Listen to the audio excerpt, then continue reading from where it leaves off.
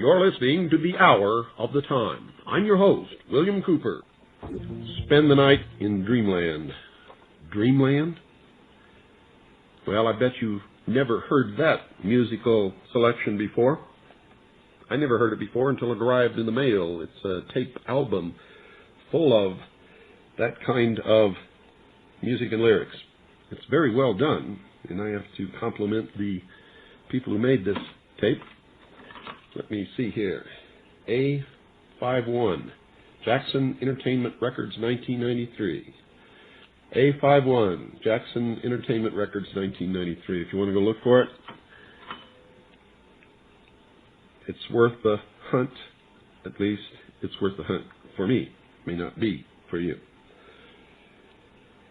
Years ago, many years ago, in fact, 1972, I was sitting at my desk at about 4:30 in the morning at the headquarters of the Commander-in-Chief of the United States Pacific Fleet, arranging the information that had come in over the last 24 hours into a logical order so that we could prepare a briefing for the Admiral and his staff, which would take place later that morning. Among the papers I found on my desk was a document entitled Operation Majority, and it was not the entire paperwork involving this operation, but was merely a synopsis of the operation and projects contained under it. One of these projects was called Project Red Lake. The purpose, according to this document, was to back engineer captured extraterrestrial technology for adaptation into the United States space program. Now, I have since come to believe that the extraterrestrial portion of all of this is nonsense, but that the technology is real. I believe that many of us were shown these documents over the years so that later we would talk about it. I mean, how can you keep the existence of extraterrestrials, if they were real, a secret? And how could anyone keep quiet knowing that they had seen documentation, official government documents labeled top secret, that expressed that these extraterrestrials were real and had visited this earth? Well, years later, I wanted to find out just what was true and what was false about all of this. I came forward and told the world what I had seen in those documents. And a strange thing happened, ladies and gentlemen. As long as I tended to agree, and initially I did, as long as I tended to agree that extraterrestrials were real and what these documents said was true, people flocked to me. Everywhere I went to speak, thousands and thousands of people came. It was absolutely incredible. But, you see, I didn't leave it there. I wanted to know just how true all of this was, and I began a program of research to find out if extraterrestrials were real.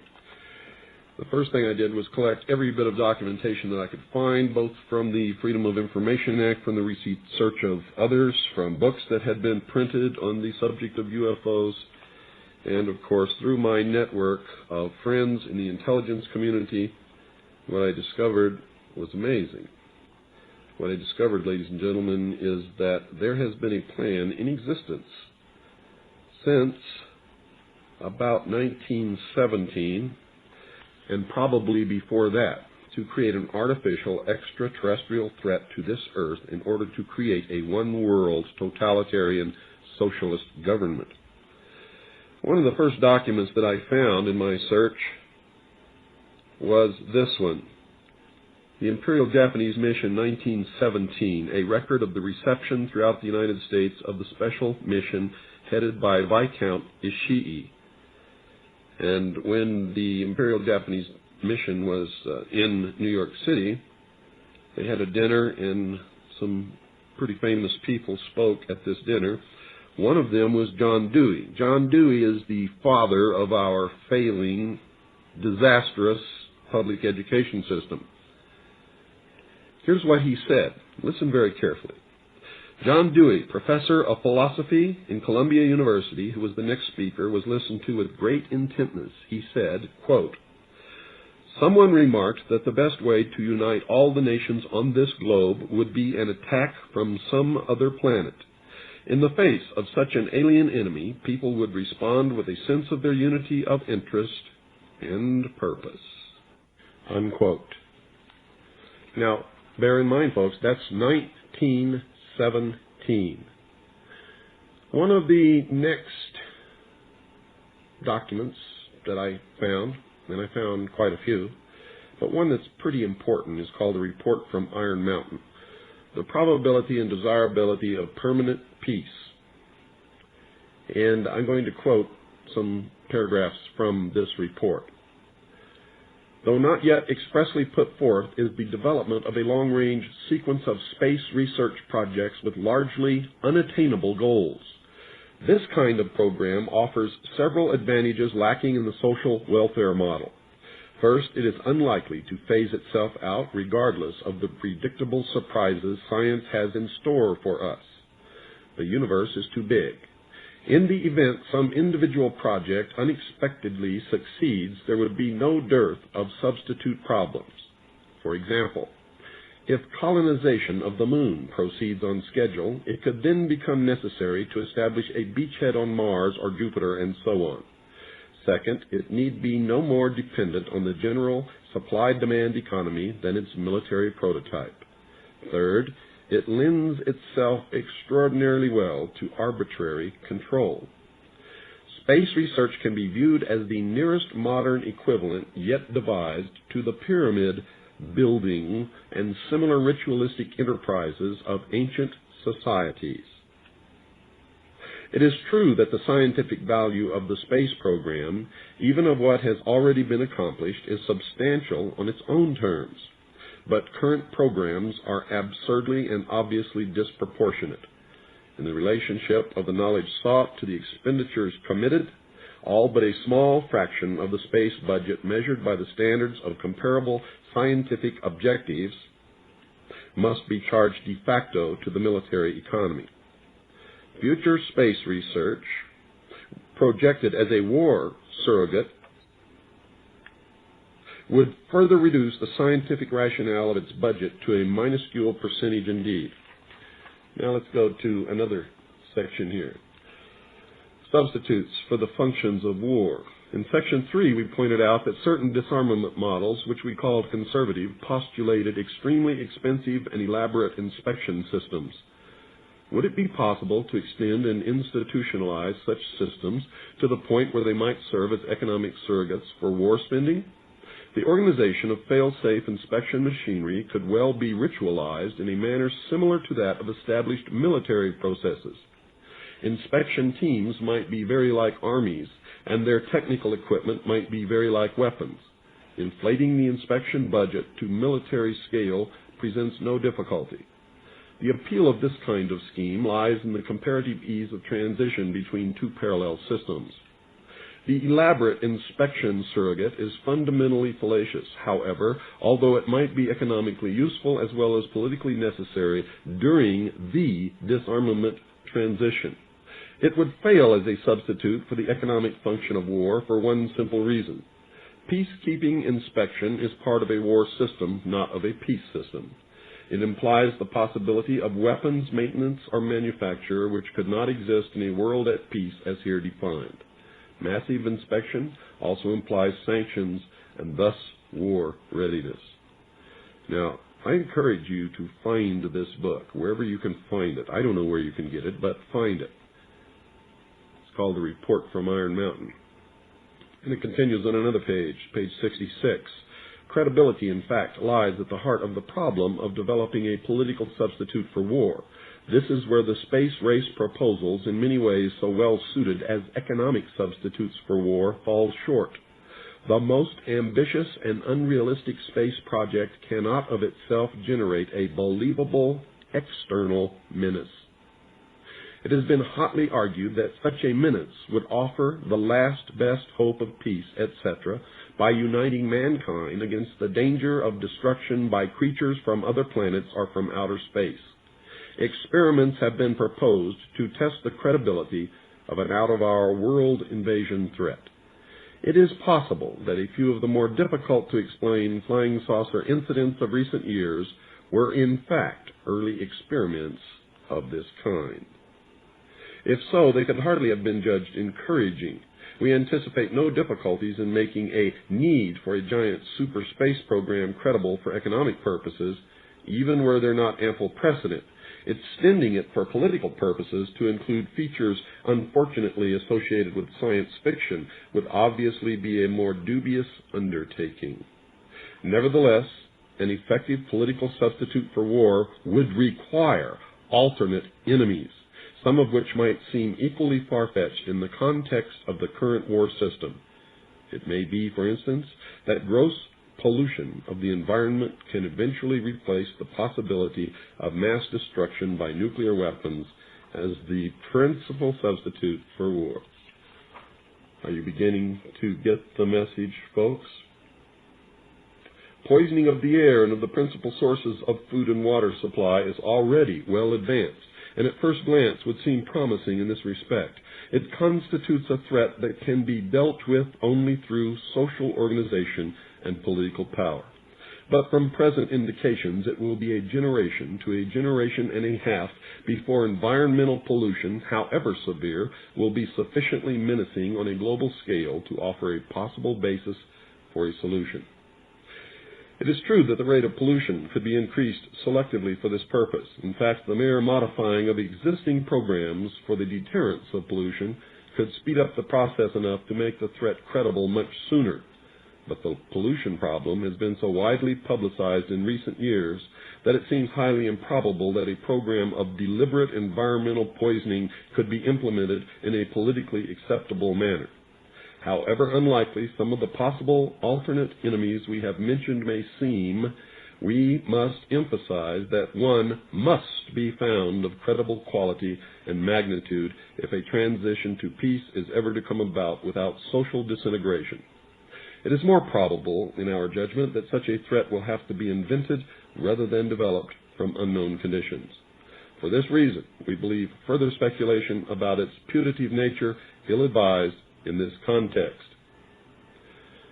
Ladies and gentlemen, they have created so many alternate enemies in order to bring about their one-world totalitarian socialist state that we don't know which enemy to turn to, which enemy to believe is real or is false, or whether to just toss them all out on their ears.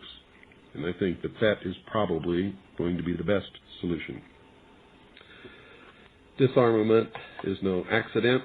All of these bills in Congress to take away our weapons is no accident.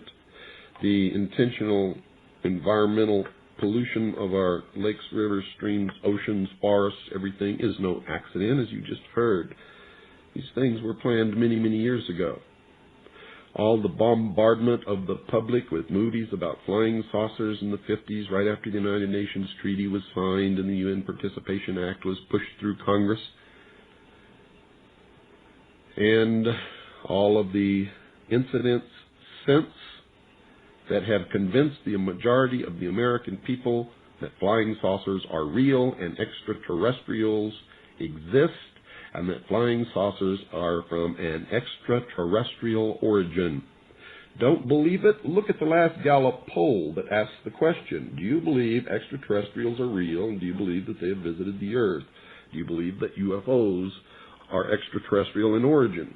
The answer to all of those questions was overwhelmingly to the positive, or yes. This is a product of the inculcation into the collective minds of the people of the world that flying saucers are real and that they are of extraterrestrial origin.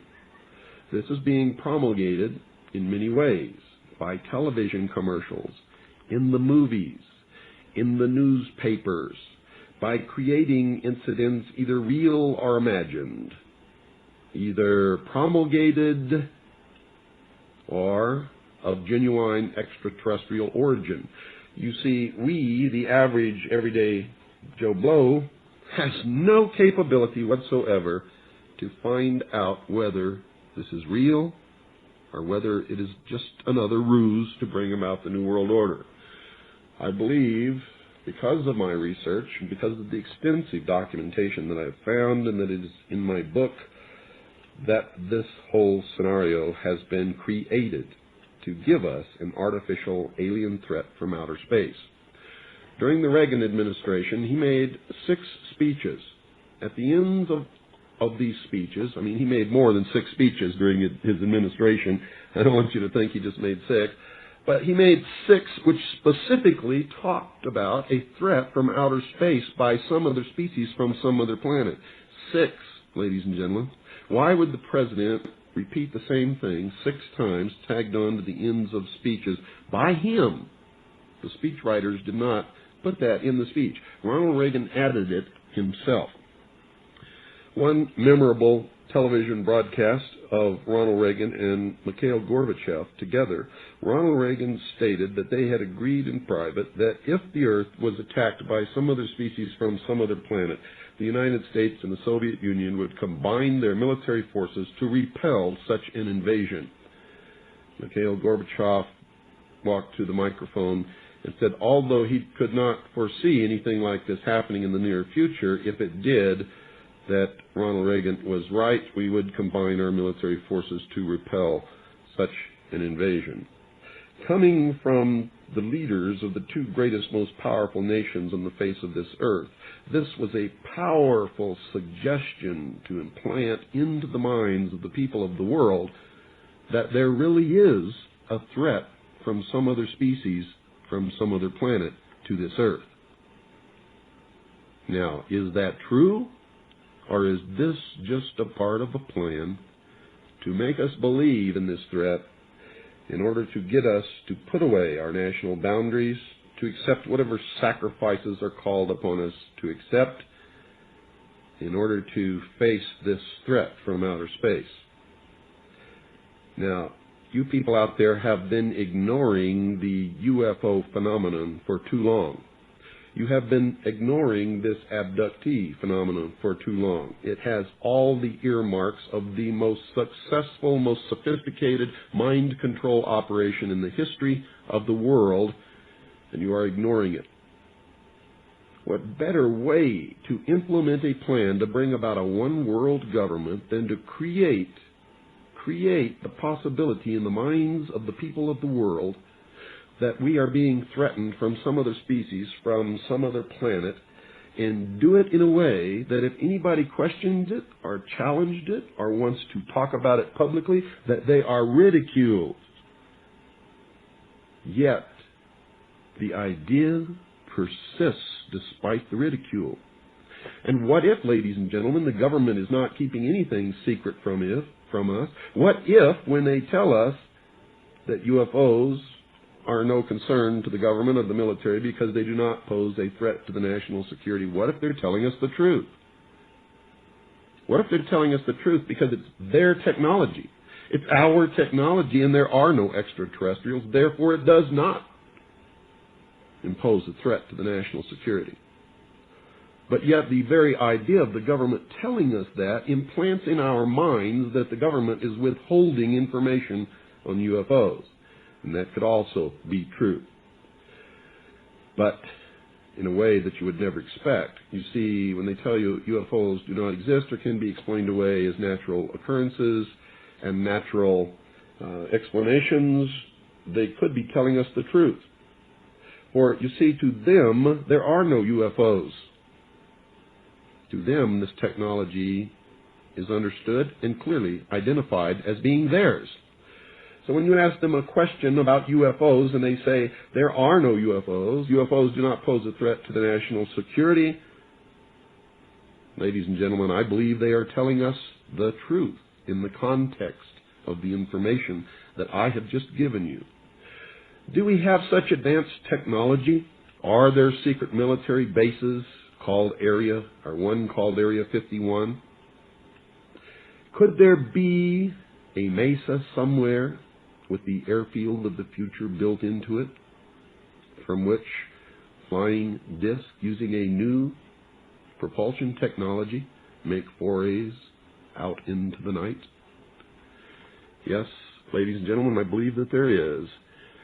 And I have proven the existence of one in my video documentary called Project Red Light, and then again in Project Red Light 2. Project Red Light is no longer available, but Project Red Light 2 certainly is. And if you write in and ask for information, we'll send you an information pack telling you how you can get a copy of that video documentary.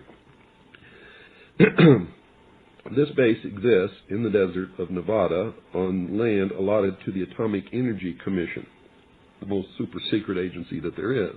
So finding out anything about this area called Area 51 or Groom Dry Lake is next to impossible. When we tried to get satellite photographs of the area, we could not obtain any from the United States of America. So we went to the Soviet Union and obtained a satellite photograph of the Groom Dry Lake facility, a facility that up until recently the United States government and all its agencies denied existed.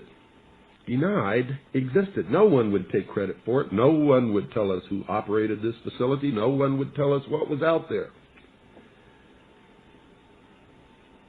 But when we got this satellite photograph from the Soviet Union, there it was, a facility, a runway over 30,000 feet long on a dry lake bed, huge hangars. You could clearly see MiGs and other aircraft on the tarmac. And there is no doubt that it exists. Now, let me read to you something here, folks, that's extremely important, because there is a technology flying in our sky that you don't know about. You see, quite a while ago in California, they began to have these strange earthquakes, but they weren't really earthquakes. You see, they were skyquakes. They were caused by some tremendous sonic boom of some tremendously fast aircraft flying at a very high altitude that nobody could see. It was tracked by the ground control approach people at the San Francisco facilities as coming from the Nevada desert in the vicinity of the Groom Dry Lake area, and went off their radar screens at the very top of the atmosphere. Now, don't ask me what that means. Did it go into space? Did it disappear? Did it go into another dimension? I don't know, ladies and gentlemen. I don't have all the answers. I just have an awful lot of clues. Now, these sonic booms are measurable on seismographs, the ones that measure earthquakes. I'm holding in my hand a seismic profile of the recent skyquakes, and this was provided by Jim Morey of Caltech to researcher Victor Martinez. The first indicated mark, actually lying under the 610 time marker, is that recorded by the Catalina Island seismograph. The second, slightly before 611, is that recorded by the Mount Wilson seismograph. Careful scaling, folks, of the original printout indicated that the two skyquakes were 52.5 seconds apart. The two recording seismographs, Catalina Island and Mount Wilson, are nominally 64 miles apart. Thus, the vehicle causing the skyquakes traveled the 64 miles at an average speed of 1.219 miles per second, or 4,388.57 miles per hour. At 40,000 feet, folks, the speed of sound is 640 miles per hour at standard temperature and pressure. Dividing 4,388.57 by 640 yields Mach 6.857. It's time to take our break. Don't go away, folks. I'll be right back after this very short pause. Oh, yes. When you're going to wake up? I don't think that you are, folks. I don't think you're going to wake up. I'm beginning to believe that it's not going to happen. Orange County Register, May the 24th, 1993. UFO sightings reported near San Francisco. A dozen people tell of seeing X-shaped craft by Jeff Sklansky, Associated Press. San Francisco. More than a dozen people said they saw a UFO racing across the pre-dawn sky north of San Francisco on Thursday, a strange X-shaped craft with blinking lights that hovered above the hills of Sonoma County before speeding away into the dark. A California Highway Patrol officer who declined to be named and radio station KTOB news director Arlette Cohen were among those who reported spotting the strange craft at about 4:30 a.m. between the cities of Petaluma and Sonoma, about 40 miles north of San Francisco. The sightings came on the heels of reports of multicolored UFOs the size of ping-pong balls crowding radar screens in Sao Paulo, Brazil. The government scrambled jet fighters to intercept the tiny objects, and two pilots said they saw the objects flying nearby. Quote, "I saw these two white lights to the east," unquote, Cohen said, estimating the craft was about 1,000 feet in the air. She said she noticed the UFO when it crossed to the west side of the highway and hovered almost stock still for a few seconds, unquote. Cohen said she was driving to work at her Petaluma station northbound on US 101 and made the sighting shortly before reaching Petaluma. When the craft crossed the highway once again, she said she saw two tiny green lights glowing faintly on the side opposite the two bright white lights. She said she could hear no sound coming from the craft.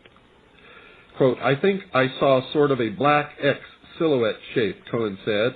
"It was really hard to tell," unquote.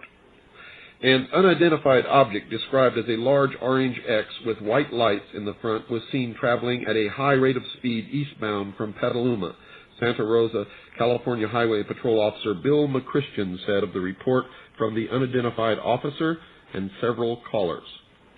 San Francisco Bay Area air traffic controllers said they could not explain the sighting, saying radar screens detected no such object flying over the area at that time. The North American Aerospace Defense Command in Colorado said no man-made spacecraft would have been visible at 4:30 a.m. in Northern California, but that debris from the Cosmos 1683 satellite reportedly re-entered the atmosphere over California more than an hour later at 5:41. Meanwhile, Brazil's Air Force said it has ordered an investigation into the sighting of tiny balls of light that flew through Brazilian skies at 900 miles an hour and evaded Air Force planes sent up to chase them. "We are looking for a technical explanation for these phenomena. So far, we don't have any," the Air Force Ministry's press office said in Brasilia, the capital. The objects were first sighted Monday night by a private plane near São José dos Campos, an industrial city 210 miles southwest of Rio de Janeiro. The Air Force Minister, General Octavio Moreira Lima, said the objects soon were saturating radar and interfering with air traffic. In São José dos Campos and nearby São Paulo, Brazil's biggest city. Lima said the Air Force sent up 3 French-built Mirage 3 fighters and 2 United States-made F-5E jets to chase the objects, which he described as multicolored balls of light. Instead, the objects pursued one of the planes, he said. One of the pilots reported that 13 of the objects accompanied his aircraft, 7 on one side and 6 on the other, the minister said. The Air Force jets, which confirmed the presence of the UFOs on their radar screens, reportedly flew after the objects for 3 hours until low fuel forced them to return to base. Astronomer Larry Brown of the Hayden Planetarium in New York on Thursday did offer one possible explanation. It may have something to do with the recent passage of Halley's Comet. There's a lot of dust in the air, and when it hits the Earth's atmosphere, it burns brightly. And this is the kind of bullshit that they throw at us. Now, you just heard the reports of all those people, the reports of the jet pilots, and this guy says that it may have something to do with Halley's Comet. There's a lot of dust in the air, and when it hits the Earth's atmosphere, it burns brightly. Wake up, people. Not bird, not plane. Orange County Register, 3593.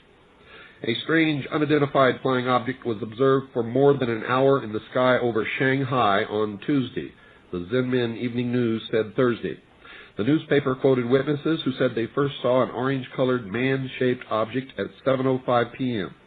After 20 minutes, the figure's head radiated red light and its body glowed yellow as it sent out green tendrils. The newspaper said. Slowly the figure changed into a giant mushroom and eventually disappeared.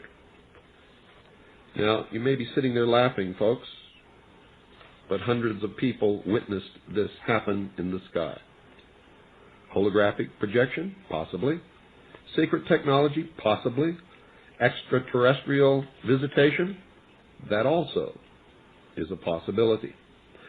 Although, if my television set was broken, I would not travel 400 light years away to find the answer, or even 2 light years away to find the answer. I believe the answer to all of this is right here on this earth. I think a lot of us are being used, abused, a lot of disinformation, lies, and other assorted stuff being thrown at us to convince us that there's an extraterrestrial threat. Here's from the Daily Pilot, 5/24, looks like 1986. Pilot pursued pulsating lights, Brasilia, Brazil. An Air Force pilot confirmed Friday he had chased UFOs he described as pulsating colored balls of light over the skies of southeastern Brazil early this week and said they couldn't be anything now existing. Lieutenant Kleber Caldas Marino, 25, said he pursued but could not catch the flying objects first sighted in the southeastern city of São José dos Campos on Monday night. It was a pulsating light, red and white, mostly white, Marino said at a press conference at Air Force headquarters in the capital. It was not a star. It couldn't have been another plane. It couldn't be anything now existing, he said. The pilot said his United States-made F-5E fighter approached to within 12 miles of one of the objects, but had to turn back because he was running low on fuel. Captain Marcio Jordal, 29, another F-5E pilot, said he saw a red light that didn't vary, but evidently was moving. I got to within 25 miles, but I couldn't go any faster. Visibility was great. There were no clouds or other aircraft traffic. The objects were picked up on radar screens in 3 states in southeastern Brazil, the Air Force said. Here's the Daily Pilot, page A4, May the 23rd, 1986. X-shaped UFO seen by several above Bay Area. San Francisco, more than a dozen people said they saw a mysterious UFO racing across the pre-dawn sky north of San Francisco on Thursday, and on and on and on and on and on. Here is Brazilian jets chase multicolored UFOs, Rio de Janeiro, Brazil, multicolored UFOs the size of ping pong balls, and on and on and on and on. 8/14/86, the Orange County Register, man-made object probably caused mysterious light. The mysterious light seen in the sky in the eastern third of North America coincided with a meteor shower, but some astronomers say it probably was made by a man-made object such as a satellite. The light, described as a pinpoint, a spiral, or a glowing cloud, was seen from Louisiana to Canada about 10 p.m. Eastern Daylight Time Tuesday. A Canadian scientist said the light was sparked by debris from an unidentified satellite. Paul Oles, the director of the Buell Science Center in Pittsburgh, agreed that the lights probably were caused by a man-made object. He speculated the lights came from a release of gas from a satellite orbiting the planet. But Ronald Stoner, physics and astronomy professor at Ohio's Bowling Green State University, said he suspected the display was caused by the meteor shower. Workers at space facilities all confirmed that no satellites were launched Tuesday. And we could go on and on and on and on for hours and hours and hours and hours and hours, but we're not going to do that, ladies and gentlemen. Now, I went to the desert, have been going for many, many years, out to the area known as Area 51, Groom Dry Lake. For a lot of years that I went, I could climb to the top of the Groom Mountain and look down, or any of the mountains around the area, and look down and watch these craft fly up the valley to the north from the test site. The United States Air Force, apparently realizing that many of us were doing this, made an illegal land grab. They literally stole the land and put it behind signs that said military installation, keep off. And it cited the National Security Act of 1954 as authority to do this. Well, that was taken to court by many people who owned part of that land, had mining claims, and most of it was public land belonging to the Bureau of Land Management. The true reason for confiscating the land never came out in court, and all of that documentation was classified and only viewed by the judge in chambers. So the public still doesn't know why they did that. Ostensibly, it's to protect secret projects from the scrutiny of foreign nations. And those of us who've really studied this veil of secrecy know that it's really to keep it secret from the American people. Because our greatest enemies have the capability to look down on it and record everything that happens there by satellite, and have had that capability for many, many years. Nothing happens there that is secret from any other government that has the capability to put a satellite in orbit and look down upon the earth. So, the ruse that it was to hide it from the Soviet Union is a lie. The truth is that they're hiding it from the United States citizens, whatever it is that goes on there. Now, I've gone out there many times, and you can go too, but I advise you to be very careful. Don't go any place except where I tell you on this program right now, and you'll be safe and you won't get in any trouble. Take Highway 93 north from Las Vegas. You'll notice that for long stretches of highway and for long periods of time, you will be the only car out there. You won't see anybody else. For many years, this was one of the most desolate spots on this North American continent, and that's why they put these test sites out there, because nobody ever went there.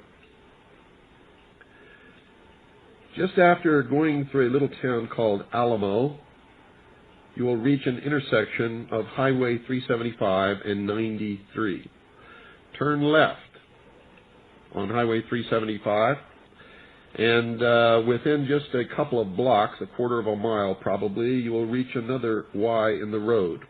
Take the left fork and continue on Highway 375 up over the top of a mountain, and when you get to the top, you will notice that there's a sign there that says Hancock Summit. Go down the other side, ladies and gentlemen, and you will be looking down on the Tickaboo Valley. The Tickaboo Valley. You will notice that this valley is absolutely desolate. Nothing there except a small ranch right about in the middle of this valley.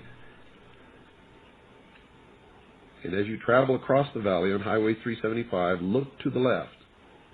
Keep looking to the left. Right beside the road, you'll see a mailbox, a black mailbox. Now, if you continue on Highway 375, you'll go over the top of another little mountain called Coyote Summit. And as you go down the other side, you'll see that there is a mobile home town just right there in the middle of nowhere. And most of these people who live in that little town, called Rachel, work at or for the test site. Some of them are prospectors. Some of them run little businesses there. And on the other side of the town, you will see a place called the Little Ailey Inn. You can get a room there. I suggest you call in advance, Rachel, Nevada, Little Ailey Inn. The area code is 702. Call the information operator. They'll give you the number. Talk to Pat or Joe. Tell them I send them my love, and ask for a reservation for a room before you go for the nights that you're going to be going. Now, I recommend, folks, that if you want to see this technology fly, that you take at least a week. 3 days at the least, because you don't know when they're going to fly these things, and nobody does either, and don't listen to these rumors that they always fly on Wednesday night or Friday night or at 4:15 in the morning. You can always see it, because that is a crock. It's not true. You'll be lucky if you see it, but the longer you stay, the more apt you are to see this technology actually flying in the air. You're going to have to sleep during the daytime and go back to the mailbox at night. Park at the mailbox alongside Highway 375. Don't touch the mailbox. Don't poke holes in it. Don't try to open it. It belongs to Steve Medlin, who owns the ranch in the middle of the valley.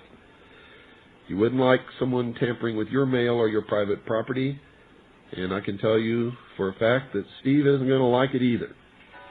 Don't bother Steve at the ranch, and don't go anyplace else except that mailbox. Now, you should have a map of the Nevada area which shows the location of Groom Dry Lake. Standing at that mailbox, get out your map, look for the direction from that mailbox where you can find Groom Dry Lake, and just look in that direction with, you'll need a set of good high-power binoculars, and if you're going to take photographs, you'll need good quality telephoto lenses.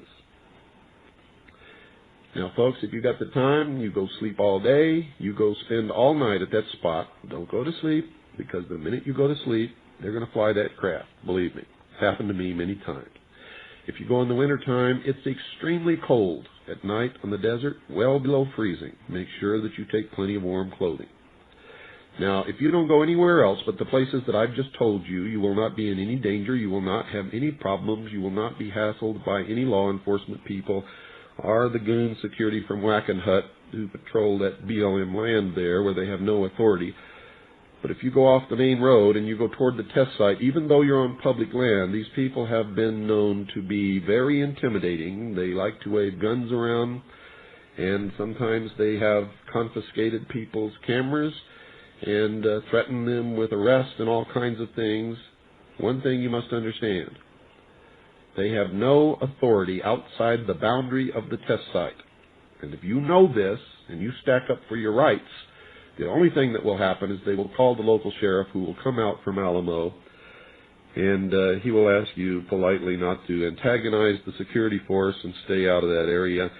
And if you're listening to me, you won't go in there anyway, okay? When we go wherever we want to go, as long as we stay out of the bounds of the test site, because we know how to deal with these people. We know our rights. We carry a copy of the Constitution and the Bill of Rights with us. We make extensive preparations before we go, telling people what our itinerary is. We send sealed letters of our itinerary and our intent to the Lincoln County Sheriff and to all of the news media in the state of Nevada and in our home state. We protect ourselves. Now, I don't know if you know how to do all of that. If you do, then we strongly suggest that you use these techniques. If you don't, then as long as you do exactly what I've told you to do and nothing else, you will not get in any trouble. Now, watching these disc-shaped craft fly in the sky is an incredible experience. Now, if you can't take the trip, ladies and gentlemen, we have a video which is, I believe, about an hour and 41 minutes long, which shows you the entire area. We have filmed on videotape these craft flying in the air at night, sometimes with helicopters flying around them, and they make the helicopters look like ants next to a cow. They're huge. We also have on this videotape the only video that I know of in existence of a huge cigar-shaped craft hovering in daylight over the test site, and it moves into a cloud bank and disappears. It's incredible video footage that we got. We also have footage of the black helicopters and of the little alien, and even some of the aircraft flying in their maneuvers, which are incredible. We've been literally knocked to the ground by jet fighters flying just a few feet above the ground, who flew right over us on one occasion. So if you want to go and have fun. If you can't go and you want to order our video documentary, order Project Red Light 2. If you're a CAGI member, it's $35 post-paid. If you're not a CAGI member, it's $75 post-paid. Folks, I hope you've enjoyed tonight's program. Please wake up. Please don't ignore this UFO business or this abductee business, and we may talk about abductees on other nights. It's serious, and it's causing us to think in a way that could be dangerous to our individual freedoms. Call Swiss America Trading right now, folks. Don't forget, call Swiss America Trading right now, 1-800-289-2646. That's 1-800-289-2646. You'll be glad that you did. Good night.